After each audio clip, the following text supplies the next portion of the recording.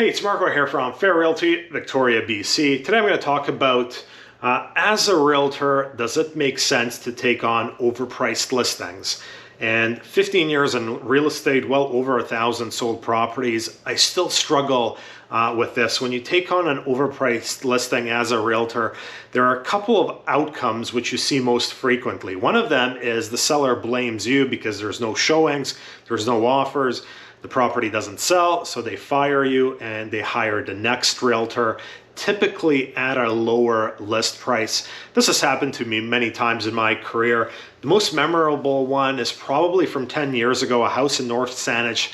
I was the 5th listing realtor on this house, and sure enough, I got fired, and then it was the 6th listing realtor that was able to sell the home. During the process of going from the 1st realtor to the 6th realtor, the seller had reduced the price by over $500,000, which was a lot of money back 10 years ago in 2014. So this has happened to me lots. So ideally, if the seller is not going to be realistic on expectations in terms of price, you don't want to be the 1st or 2nd, you want to be the 3rd, 4th, or sometimes the 5th realtor that has the listing at a price low enough where it actually sells. However, other times the seller overprices the property and then they reduce their asking price to something more realistic in line with the market with the same realtor. So they don't fire the realtor. They realize that issue is the price, not the realtor, so they just keep producing with the same realtor. And this happened to me earlier this year. I'm going to change the numbers a bit so the property can't be identified, but I went to a listing presentation here in Victoria. I told the sellers, in my opinion, the house was worth approximately $1 million plus or minus 30,000. They emailed me and said, hey, Marco, you know, we really like chatting with you. You gave us some really good advice, but we talked to another realtor and he says the property is worth 1.2 million. I sent back a polite email and I said, you know, I'm not always right. I might be completely out to lunch, but I still think based on the comparables and what I'm seeing in the marketplace, the property is worth $1 million plus or minus 30,000. Anyway, they listed with the other agent for 1.2 million.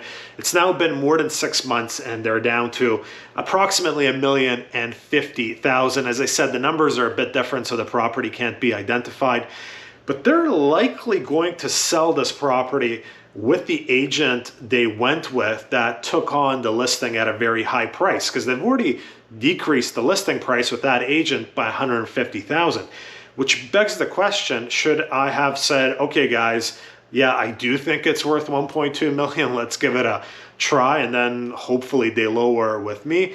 I was perfectly honest, and I think eventually the house is probably going to sell right at the number I gave these people. Maybe it was 7-8 months ago, of approximately $1 million. So that is the one thing I always struggle with, because it's not in that second scenario where the seller is reducing the price with the listing agent and not firing the listing agent or replacing the listing agent. The seller is never 100% straightforward with you and says, hey, Marco, let's try it $200,000-300,000 above where you think the market value is, and don't worry, we'll reduce the price with you. First of all, you don't know if the seller is ever going to reduce the price, and you don't know whether it's going to be with you or not. So taking on an overpriced listing, it's a bit of an art form. You really got to try to figure out what scenario is going to play out. Are you going to get fired and it's a waste of time taking on the overpriced scenario, or is that seller going to work with you in lowering the price where it comes in line with the market? That's it for this week. Marco Juras, Fair Realty.